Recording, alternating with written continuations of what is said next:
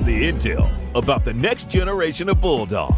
This is Before the Hedges, brought to you by Kroger. Let's go, I'm a Bulldog. Hello all and welcome into Before the Hedges, brought to you by Kroger. I'm Kaylee Mansell with DawgNation recruiting insider Jeff Sentell. And the theme of today's show is about turning a new page. Early signing day is over. We're going to look at some portal targets. We're going to look at 2026. Basically, this is the start to the sequel. Yeah, it's kind of like as the cool kids say, hitting the reset button on their favorite game system. And, you got to lean back up in and, look back off the chair. Because it's funny, I've done this a lot of times where you see what the top targets list look like in January or December before the cycle starts. I'll say normally hits about 40, 50%, but there's some names that you're like, yeah, that one quickly went one way, that one quickly went the other. So we would call this, now we've done some watch lists, but this will kind of be our top targets 1.0. All right, well, what do you say we go ahead and get into it? Here's today's Before the Hedges rundown.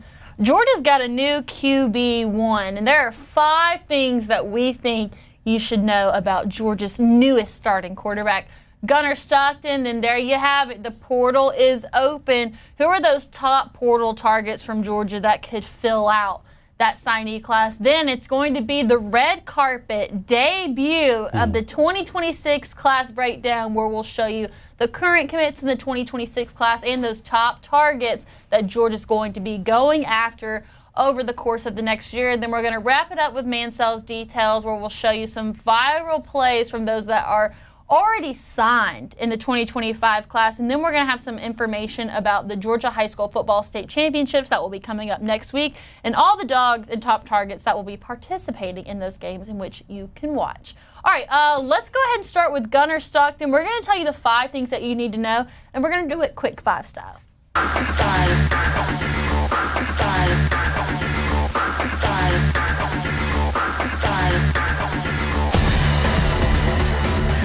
Everybody put your 5s up, because it's quick 5 time, and it's going to be all about Gunner Stockton. Yeah, show your 5s all around. All right, let's start with this one first.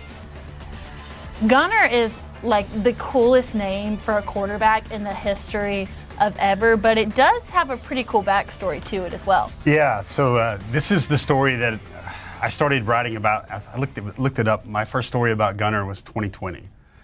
And so the Stocktons, first of all, Sherry and Rob, great people, great family, up in Tiger, Clayton, Rabun County, Georgia. They believed in kind of circle of life for their names of their children. So like if there was a really cool auntie or a really cool grandmother or whatever, like for instance, Gunner's older sister is named Georgia, named after Georgie, another member of their family. But in Gunner's case, this is interesting because he's named after his grandfather. And they wanted to kind of name Gunner after his grandfather. But his grandfather's name is V.D. Stockton. And folks, V.D. Stockton, obviously, can you imagine if Georgia's quarterback right now was V.D. Stockton coming into the game? But V.D. Stockton is a really revered guy in Rabun County. He, longtime practicing attorney, but he served in World War II, kind of one of those bomber squadrons, like think Memphis Belle and everything else like that. So kind of like in the old days, newspapers, when they would talk about servicemen and their exploits in the war, they would say like Fireman Jenkins or, Mechanic Thompson or whatever. But he was on a very prolific bomber squad. And in the newspaper, it would say Gunner Stockton. That's how they were, military service was characterized in the newspapers. And they just loved that. And so like when they were carrying Gunner, Rob and Sherry just kind of thought, that might stick. So, folks, I know it's not a movie of the week, but that's where the name Gunner Stockton comes from. Well, speaking of Gunner's family, it's one of those things where the athleticism runs in this family. Gunner is not the only athlete amongst the Stocktons.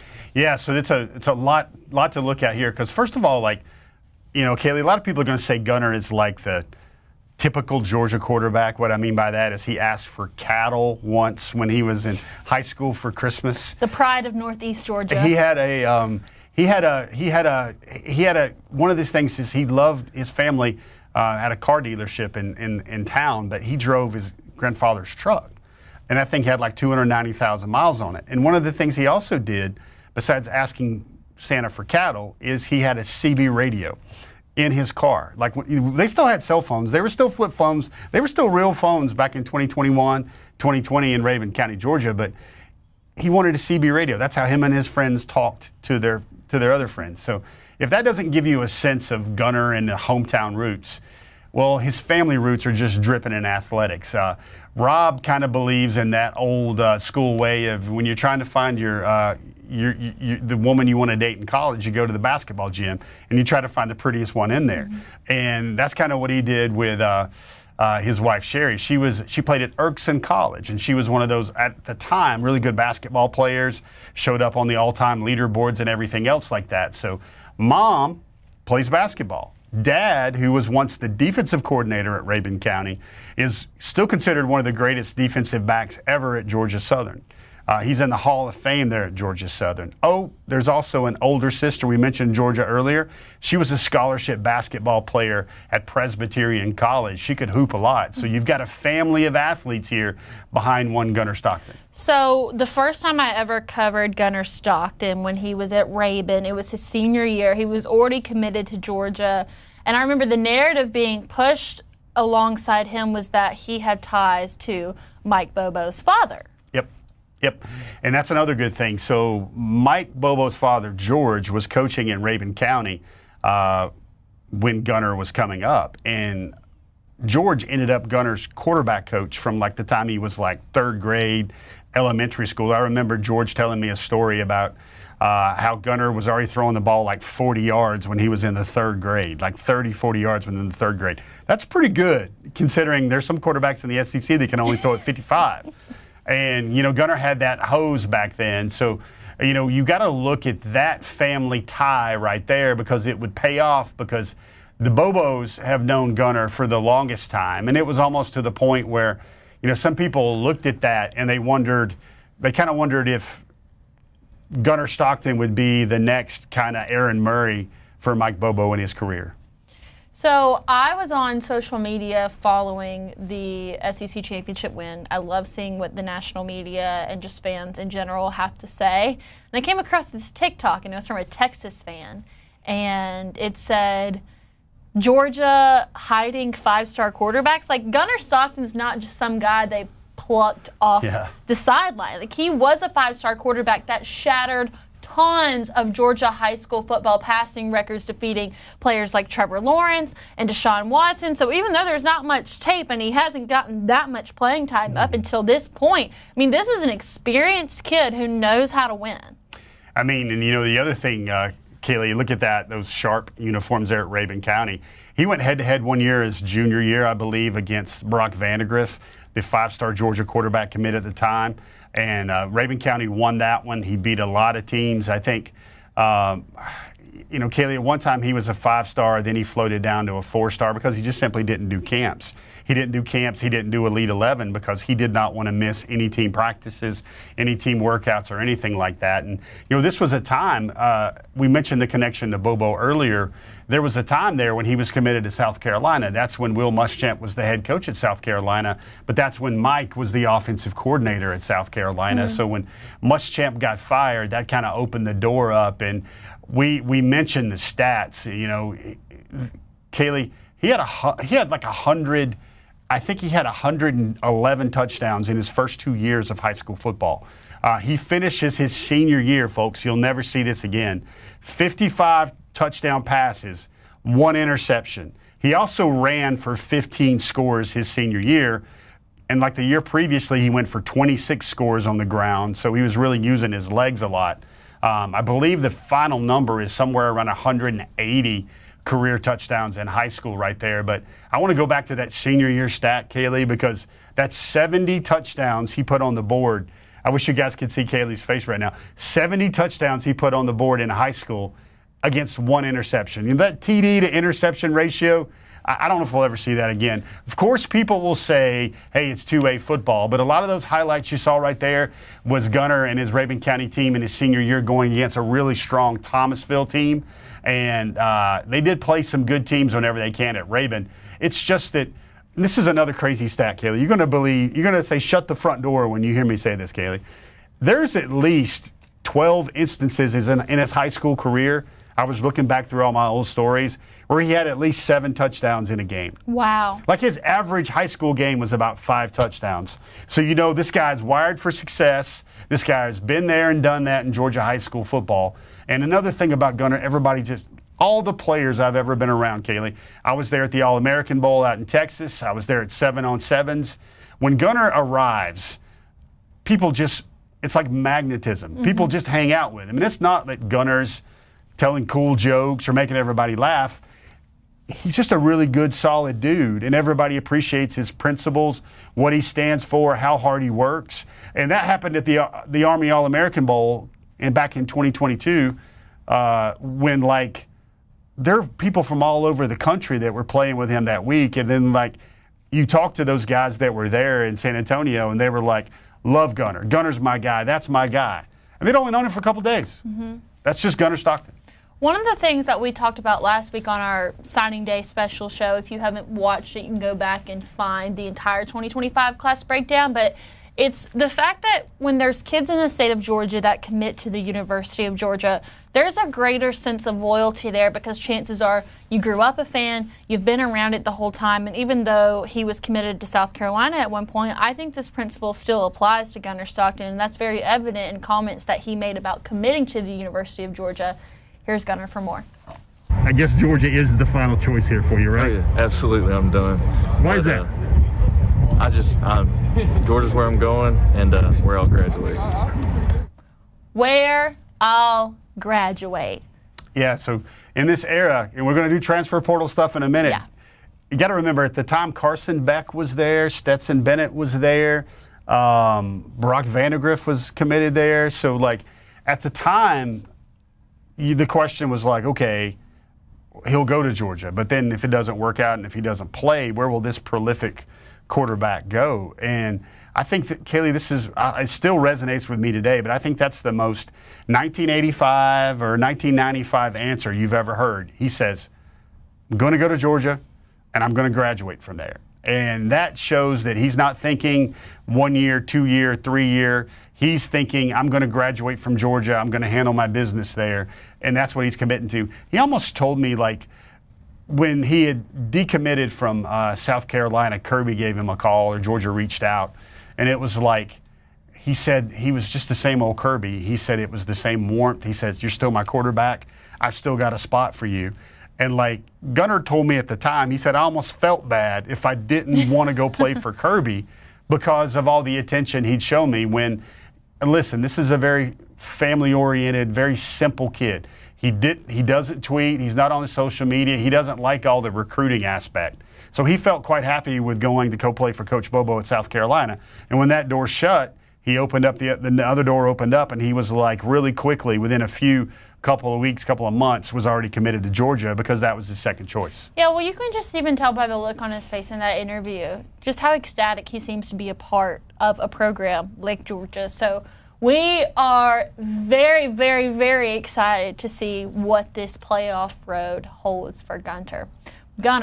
Sorry. Gunner. I know, it's like Atlanta or Atlanta. It's Gunner. Kaylee, I think DawgNation would be happy if he averages 5 touchdowns per game through the playoffs, right? Were they 4.3, something like that? I mean, they might burn down the city if that's the case. Yeah, and again, Carson, he goes out at Georgia. If that was his last snap, it's epic. It's a winner. But like what Jalen Walker said afterward in the post game is he's like, we all love Gunner. He works so hard. He said, that's my quarterback because that's the quarterback the 2022 class came in. And, gosh, there's so much good stuff. One more good story about Gunner Stockton. If you hadn't heard it yet, I feel like we have to make sure you know this while we're opening up the files on Gunner. Gunner used to be a safety in elementary school, middle school, and he played with the likes of Malachi Starks. And everybody saw and everybody thinks about that hit that he took from that kid from Texas. Or when he stood up and gave a look, like started jawing after his first carry when he got a lick. That's the way Gunner's always been. I'll never forget, Kaylee, Malachi Starks telling me that he almost gave up football because Gunner Stockton, as his safety, hit him so hard, he's like, man, I don't need to be doing this. I don't need to be doing this. And folks, that is your current QB1 at the University of Georgia. I think there was a lot of people that were wondering if Gunner was maybe going to hit the transfer portal after the season's over, but after watching that video and now knowing what we know, I don't think that's the case. But the transfer portal is now open. Mass chaos has ensued. We're going to tell you all about the top portal targets in just a minute, but we want to remind you that here on Before the Hedges, we are always brought to you by Kroger, and now Christmas is approaching quickly. You're going to have those Christmas gatherings with your family where you're going to have to do the same thing as Thanksgiving. Cook that Christmas meal. And whenever I think about Christmas, I always think about those holiday desserts. Everybody's got that one favorite. I love chocolate delight. That's always a big one in our family, or German chocolate cake. For all the things that you need for Christmas, whether it's the ham or desserts, you can check out Kroger.com or visit your local Kroger store, and then also check out that Kroger.com/holiday baking for recipes and items that you'll need to make those really good desserts that come along with Christmas.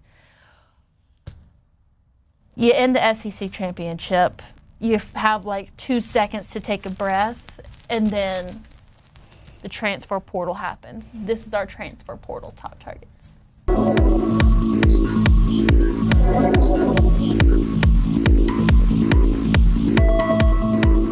There we go. Look at that. Our very own Cody Chafin's always bringing the heat when it comes to these sorts of things. All right, let's get it going. We have got some top portal targets for you today. The first name that's going to come up on this list is one that Georgia fans are already very familiar with. It's defensive lineman Bear Alexander, who was once at Georgia, then transferred to USC. Now he's back. He has released 3 places that he's visiting. Georgia is not one of those. But my question to you, Jeff, is would Georgia even take Bear Alexander back? Yeah, it's kind of a very interesting thing there, Kaylee. We almost didn't number Bear, but I think Bear is in the mix here simply because I've been told that he wants to come back to Georgia. Well, he feels shocker. Like he needs to be around a program and players where it matters. And my understanding of that situation is it didn't feel like it mattered when he was at USC. He feels like Georgia is one of the few places in the nation that can bring out his best football. Now, I think it could get complicated. Maybe there's a path of contrition. Maybe he comes in as a walk-on without a scholarship and he's just NIL.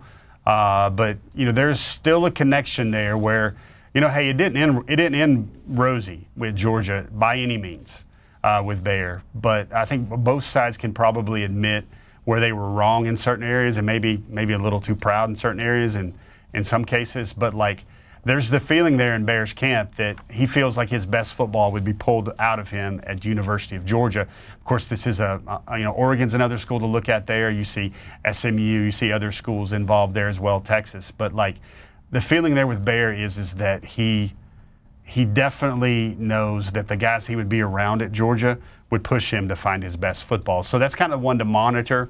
Obviously, Georgia needs defensive linemen.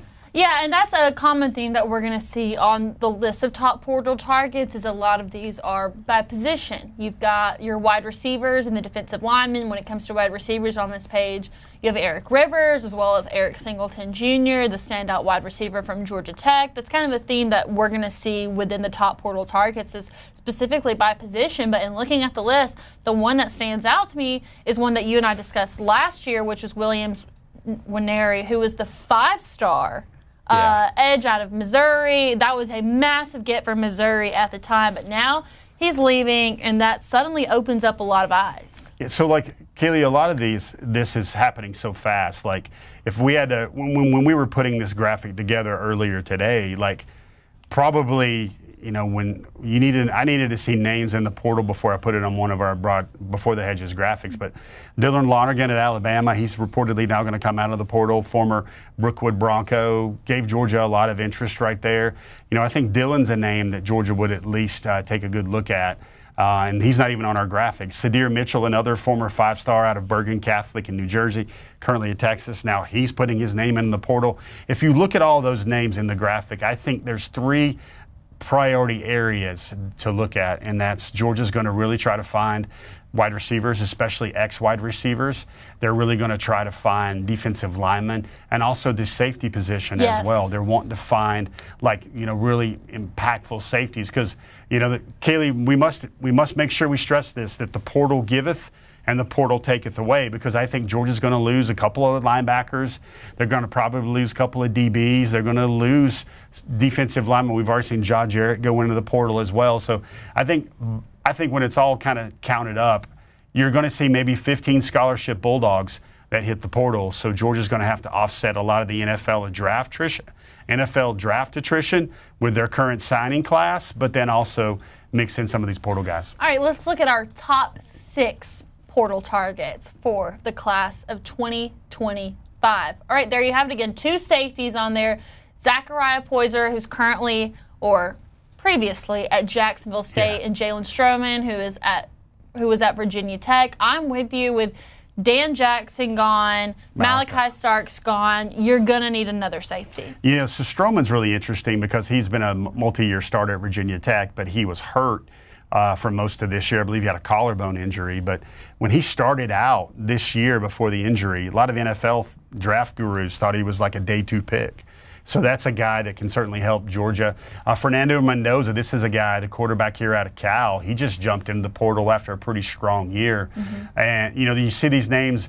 The Georgia Tech, former Georgia Tech receiver Eric Singleton was also on this list. He's out of Douglasville. But I just don't know if that's happening with Georgia yet, especially he's a slot receiver. And, he's going to, rumors are flying right now, Kaylee, but he's going to command a premium price. I think 24/7 Sports has him as the #1 overall prospect, transfer portal prospect right now. So, does Georgia really need a slot as much as they need an X receiver? I don't think so, and I think you're going to see some of these names right here kind of speak to that. Well, I think that explains the rankings as a whole, why you have a player that's as good as Eric Singleton Jr. in the bottom half of the list versus you've got Dane Key out of Kentucky, C.J. Daniels Jr. out of LSU, and Deuce Robinson was somebody that Georgia really went after hard when he was in high school, ends up going to USC. But those are the 3 guys that could make an immediate difference. And it's clear that Georgia needs a veteran wide receiver. They're going to bring in a really talented group of signees in the 2025 class, but with no college experience. You've got to have somebody in there that can help these guys and that's had real game time experience that can immediately contribute. Yeah, like if you look at Georgia's receiver spot right now, what's going to happen with Anthony Evans? Nitro Tuggle portaled in and then portaled out, and then portal back in, kind of like hokey pokey. Put your right foot in, put your right foot out. And so you've got to look at Georgia. They don't have a lot of receivers left from the 2022 class, the 2023 class, the 2024 class with just 2 guys. And then they've got these 5 new guys. And if you go back to that list, the one that I have pretty high up there I think is really interesting is C.J. Daniels Jr. Now, he went to Liberty out of Parkview, but this is a Parkview High product out of Lilburn. And that's one thing you think about here, a Georgia boy potentially coming back home. Now, he went to LSU, had himself a day, but you see those names. And then Deuce, Deuce has kind of played a lot of wide receiver at USC. He was initially a tight end. He was, and I think the physicality issue was something that USC Trojans fans saw in terms of, maybe he wasn't physical enough to be a tight end, but Kaylee, he would be all this stuff we said about Elias Williams as a potential X receiver.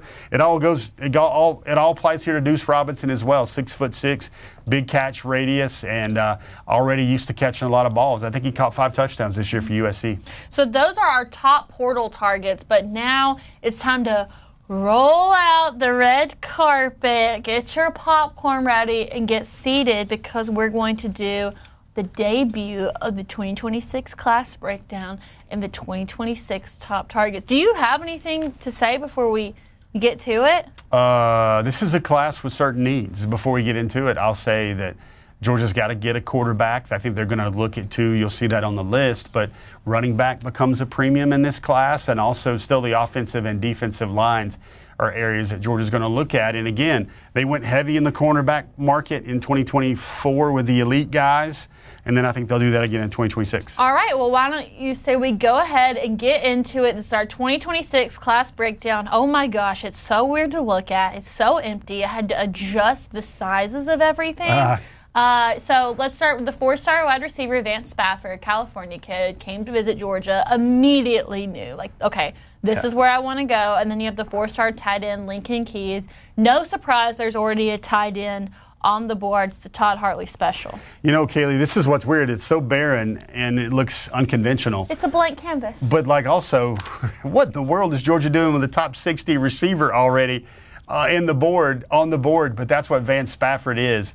Folks, 4.3-ish speed in the 40, perhaps the fastest man in the entire 2026 class. He's from California. He's already committed to Georgia. All right, and then we've got our defensive side of the ball. One commit on the defensive side of the ball. We've had tons of highlights for him on our Mansell's details. All year long, it's the 4-star cornerback, John Tavius Wyman. Electric. I've seen him up close. I've seen him practice. I've hung out with him at his school in the weight room. Got to be a part of his commitment ceremony when he committed to Georgia. Kaylee, this guy's such a playmaker. I feel kind of shameful that we just talk about him in the cornerback slot here because that's what he's ranked at. That's what he's rated at. But he is an electric receiver and an electric. Look at this right here, the ball skills on a broken field. Yeah. He is a special football player. He's a guy that I think when all the recruiting services catch up, they're going to be like, we have this guy rated a little too low because, folks, this guy screams top 50, top 70 overall player at least. Let's take a look at our gorgeous recruiting snapshot. So you've got 3 commits on the board, 16th nationally. That is not a number to be concerned about. Not at all. Anytime soon. 2 offense, 1 defense, 2 out-of-state commits, 1 in-state commit. 0 5-star commits at the moment. You've got 1 in the top 100, which is Vance Spafford. Top 150 is 2, and then 2 top 200 commits. So we will leave that as it is, and then state with the most commits. It's a 3-way tie at the moment. Let's go ahead. Let's get into those top targets for the class 2026. There it is. So beautiful, so fresh. Wow. And this one's kind of all over the place. We're not specifically going just based on need, but this is think about it as like your Mel Kiper's best available. Yeah, I think it's a mix of who's already shows a lot of interest in Georgia and a spot where Georgia really needs. Nasir McCoy, they call him NASCAR. Buford Pipeline safeties, that thing's still up and running right now with what KJ Bolden is doing. Jay Lamar out of Colquitt County, really like his game, super fast, plays that South Georgia football. Carter Lucky, younger brother of Lawson Lucky, that's a legacy potential brother right there at Norcross, Georgia. I know that the Lucky family, I know Hillary would love to see both her boys in red and black. Pierre Dean, the name might not be familiar, but this is a brother to Jared Wilson, wow. Georgia's current starting center. Been to Georgia a lot of times. We wrote about Brock Harris this week, tight end. He has Georgia in his top 6. He told me, Kaylee, that he knows that Georgia has the best coaching staff in the country, and he knows who he would get developed if he went to the University of Georgia. Oregon's another team to watch there, maybe Miami, as well as the in-state schools in Utah. Devin Carter, that's the son of former first-round pick and FSU great Dexter Carter at Douglas County in Douglasville. He's crazy good, I'll tell y'all that. All right, this is going to be the top 6. I want to go ahead and start with number 1 on this because he was once a Georgia commit, decommits because he wants to take visits elsewhere and not feel guilty while doing it. Understood. Now, Tyler Atkinson, the 5-star linebacker who's at Grayson, he's going to be playing in the Georgia High School Football State Championships that we'll talk about here in just a little bit. But we weren't sure if he was going to stay a part of 2026, possibly was going to move up to 2025. Stays here. I mean, Tyler Atkinson is one of those players that all the schools surrounding Georgia, Alabama, LSU, they're all going to be going after the 5-star linebacker. You know, Kaylee, I went back and forth. Atkinson probably deserves to be the number 1 guy on this list. But Georgia needs a quarterback. Yeah, Georgia's got backers, and they've got Chris Cole, they've got Justin Williams. There'll be some separation there between those guys and Tyler. But I think right now, quarterback futures, you know, Puglisi, Rashada, you know, even if Gunner works out smashingly for the Dogs, he doesn't have multiple 2 or 3 years type runs left. So you got to think about who's the guy that's going to be, that sets the tone for the future of the Georgia quarterback room. I still think that's Jared Curtis. Maybe they go flip another name that's currently committed to Tennessee. We'll see a little bit later in the show.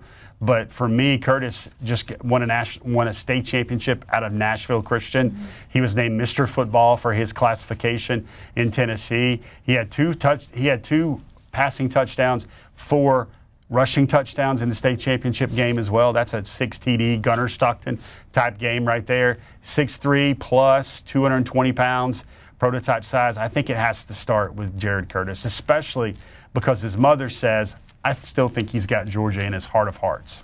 All right, and let's go ahead and look at our just off the list. You've got a lot to choose from here. Some of the guys on the just off the list are committed to other schools. You mentioned another quarterback that Georgia could potentially go after. That's Faison Braden, the 5-star quarterback that's already committed to Tennessee out of Greensboro, North Carolina. Another guy on the list that's already committed somewhere, that's the 5-star edge Xavier Griffin out of Gainesville. But the way things are going in Southern Cal right now, you never know. You almost have to just look at that as the starter commitment for a lot of these 5-star guys when they commit right out of the box to, especially from across the country, to Southern Cal, because we've seen that a lot with Justice Terry. We've seen that with Isaiah Gibson as well, among many others. Kamari Brooks, he's teammates with Landon Roldan at North Oconee. He'll be playing in the state championship next week. Faison Brandon would be interesting because I think Georgia reached a point last year where they liked both of those guys, and it was like whoever says yes first, we would take. So then Faison moved on to Tennessee. But I think Faison, I spoke to him this past summer about Georgia, and he thought Georgia was in the mix for him pretty hard until Georgia made the decision with Jared Curtis. So if, Curtis, Brandon, I think Georgia, if winds up with one of those 2 QBs, they would be set. Helton is a former Alabama commitment as well on this list at Carrollton. He's also playing next week. All right, and we've got one more page of just off the list for you. We got a 5-star and 4 4-stars on the list. The 5-star offensive tackle. Here we go again. I know it's Emmanuel. Yeah, Honda Checo, and it's pretty funny. He told me his father is actually the prince or chief of an African village. Wow. But they had to move over to the States for employment and for their careers. But he likes Georgia. He's visited Georgia.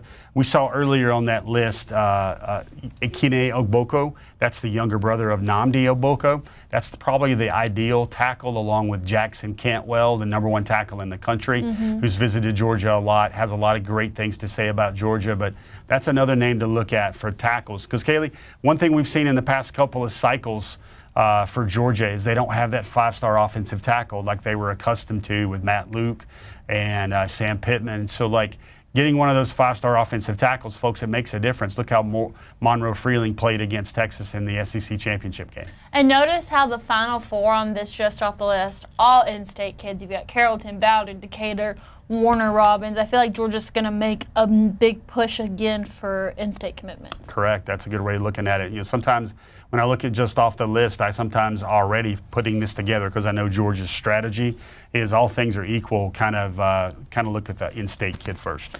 All right, and with that, we do have some players that are still playing in the state of Georgia. The Final Four was last weekend. State championships they're not next weekend. They're next Monday, Tuesday, Wednesday. But with that, we'll have some Mansell's details. This one we don't have any video footage from, but we do want to give a shout out to, and that's Landon Roldan, the wide receiver out of North Oconee. He had a 42-yard touchdown against Blessed Trinity, and they advanced to the state finals against a really, really good Blessed Trinity team. And then Jeff and I were both at this next game, shivering. It was so cold, but let me tell you, the Milton boys made it so entertaining. Let's start with Ethan Barbour. All right, you see him right there. CJ Wiley has better highlights, but I think I was very excited to see how Milton used him more as a receiver. He had 3 receptions for 60 yards and a touchdown against Lee County. Stevie Jackson, the heralded offensive coordinator at Milton, told me defending his offense is like, do you want to die by 1,000 cuts or do you want one quick blow right there? That's the run game. And you got to make a decision whether you're going to bracket CJ, then that leaves Ethan Barbour to just gas you up as well. And also Luke Nickel, the Miami signee, has legs as well. Ethan, folks, is going to be a fantastic Georgia Bulldog. I would be willing to bet a lot of silly things on the internet about it. All right, so let's go ahead and move on to the next one. It's going to be the 5-star wide receiver, CJ Wiley. And when I saw CJ Wiley play earlier this year, it was Milton at Gainesville, and they had him double covered essentially the entire game. I really didn't get to see much of what he was capable of. This game completely changed the way in which I saw C.J. Wiley. He looked like he could have started for Georgia in the SEC championship the next day. The athleticism is unreal. I love the one-handed catch, Kaylee, because that's the one thing that CJ constantly works on. He knows it's not a strength of his game yet. He's, drops have plagued him at certain elements of his career, but he works like the dickens to push past that. And, he's always on the jugs machine, a tireless worker, Kaylee. But one of the things I was so impressed by with CJ Wiley is this game, Milton jumped out to a big lead, and then it got really tight. Lee County stormed back and tied it. And then I believe C.J. Wiley caught touchdowns, scored touchdowns on his next 3 catches for Milton to just blow the doors off a really, really good number 22 nationally ranked Lee County team to advance to the Benz. And we've got some more C.J. Wiley highlights for you. I was trying to see if I could see us on the sideline huddled up over there because I actually saw that one-handed catch go down. Now, you got to give credit to Luke Nickel, the Milton quarterback who's going to Miami, because you can see that the connection with them is so clear. But C.J. Wiley was the best athlete on the field that night, no questions about it. C.J. told me, he's like, look at this highlight right here. It goes about 65 yards.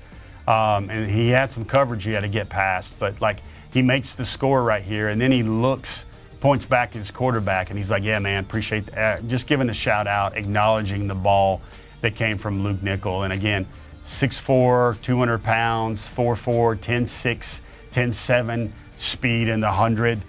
SEC pedigree all throughout his family. His dad was an NFL defensive lineman for several years. C.J. Wiley definitely has all the ingredients to be a great Georgia Bulldog. All right, when you score 3 touchdowns in a Final Four game, then you, C.J. Wiley, get to be our Dog of the Week. I'm a big dog, no leash, you all part, no teeth. That's a whole lot of wins on me. That's a whole lot of wins on me. All right, here's the numbers for you. C.J. Wiley, the 4-star wide receiver, Milton High School, 5 receptions for 165 yards, 3 touchdowns, and a 56-28 win over an undefeated Lee County team that included Usman Croma and Jeremiah McLeod. There was a little bit of talk after the game between some of the players. I'm assuming it was all in good fun, but this game changed the way that I saw C.J. Wiley as a player. It was a dogs on top weekend, Kaylee, because the dogs in that game, the ones that signed with Georgia, came out on top. The ones that flirted with Georgia were once a part of Georgia's class. They saw their season end, sadly, and then Georgia obviously beat Texas in the SEC championship game the following day. But, this is one of those.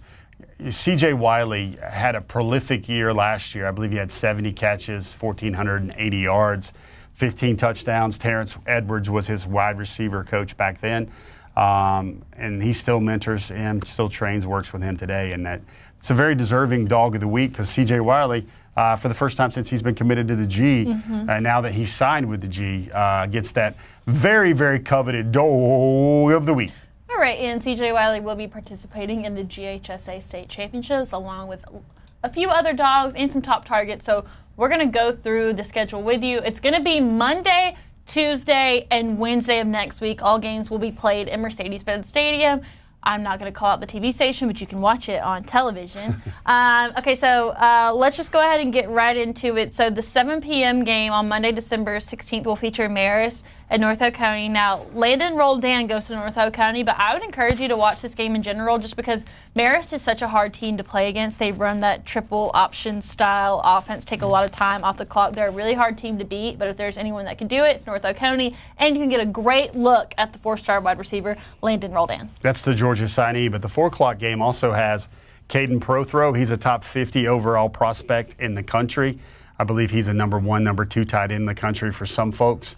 And they're facing Brooks County, who actually eliminated Manchester last week. All right, and then we'll move on to the Tuesday slate of games, which will feature the Class A Division I final, the Class 2A final, and then you've got the Class 5A final. Langston Hughes, Milton with Ethan Barbour and C.J. Wiley, and then Langston Hughes has the Georgia signee Dontrell Glover. kind of the first two games definitely have a Georgia flavor to them. Interesting also that the Burke County Bears down in Waynesboro, used to cover that team a lot when I worked in Augusta. They're back again in the state championship game as well. All right, and then for the Wednesday schedule, this is a tremendous slate. This is the best day of games across the board. So the 1 p.m. game is going to be Prince Avenue Christian, Hebron Christian. Prince Avenue has got tons of ties to the Georgia area. It is really close to Athens. They have dominated that class. This is a rematch as well. But like I said, lots of Georgia ties in this game. Then you've got Jefferson and Calhoun in the Class 6A final. Will be Carrollton and Grayson, who have no Georgia signees but tons of top targets. Yeah, Grayson has Tyler Atkinson, who we mentioned earlier, the #1 linebacker in the country. Carrollton has Julian Juju Lewis. They have a couple of Georgia targets in the junior class. So prolific way to go out in the bins when you have an offensive-minded team with a great secondary in Carrollton versus a Grayson team that is also stocked with future college prospects. All right, and so you can check those out next Monday, Tuesday, Wednesday. You can go look at the schedules and the teams on the GHSA website. And with that, let's go ahead and do our Before the Hedges question of the week. Portal season has begun. What do you think Georgia needs to find out of the transfer portal? I mean, it's 3 positions that are very clear to me. You need a wide receiver, you need a safety, and you need defensive linemen. Yeah, it's kind of one of those things. Sometimes best player available strikes you if, like, somebody amazing pops into the portal.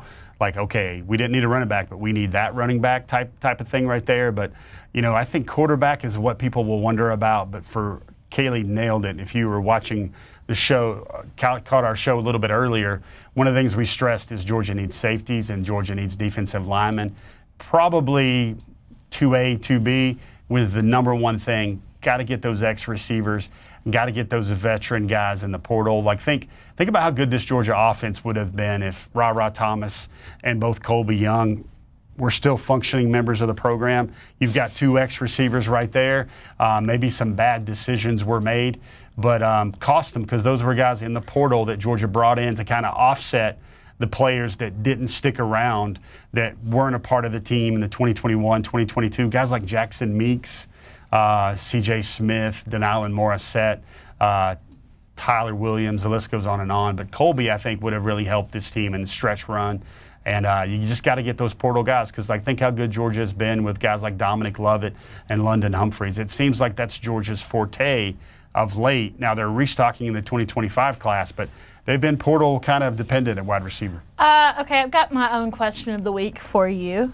And it's an extension of this question, and something that you just said reminded me of it. So if there was any player across college football, whether they have entered the transfer portal or not, who would you go and get? Best available, you would take him tomorrow, regardless of if he's in the portal or not. I'm just going to shoot for the way stars here.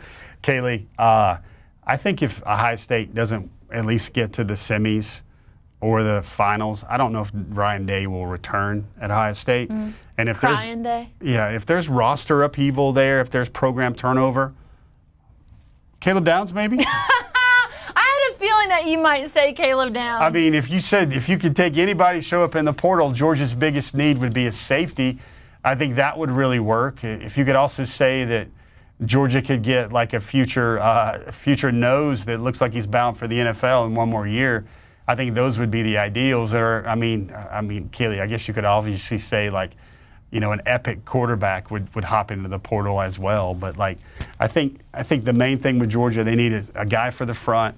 They need playmakers. And, Kaylee, why don't we just all, DawgNation, I mean, the collective would have record donations if Jeremiah Smith or Ryan Williams went into the portal and you got that sort of wide receiver action, one of those true alpha #1 receivers. The 17-year-old wide receiver, Ryan Williams, just got an Alabama tattoo, so that would be really embarrassing on his part if he transferred after that. But anyway, DawgNation, let us know in the comments what you think that Georgia needs out of the portal, and then give us your best available. If you could go take any one player from any team, regardless of portal status, we want to know in the comments. Maybe we'll revisit some of those next week. Jeff, any final thoughts? Can't believe it's almost over. High school football next week. Can't believe the 2025 class is over. We've got a whirlwind here where I've got to try to put together holiday travel, bowl game travel, All-American game travel. Like normally I go to the Under Armour game, but that's on the 2nd of January. The Navy All-American game, which used to be the Army All-American game, is now on January the 11th. Be very interesting, Kaylee, because a lot of those games, what they're trying to do to entice coverage and viewership and interest is they're bringing in the top 5-star juniors to those games and to try to get a little bit more juice to them, because everybody wants to stay with the team through the playoff and practice and go to all those bowl games. Yeah, well, let's just say you can't spell sugar without UGA. All right, DawgNation, we thank you so much for joining us here on Before the Hedges, brought to you by Kroger. We'll check back in with you next week. Thanks for joining. Let's go, I'm a bulldog. So Georgia, who I'm picking. I love the family atmosphere and the way they handle business. Education is important, trying to reach the next level. I want the best in life, I never settle.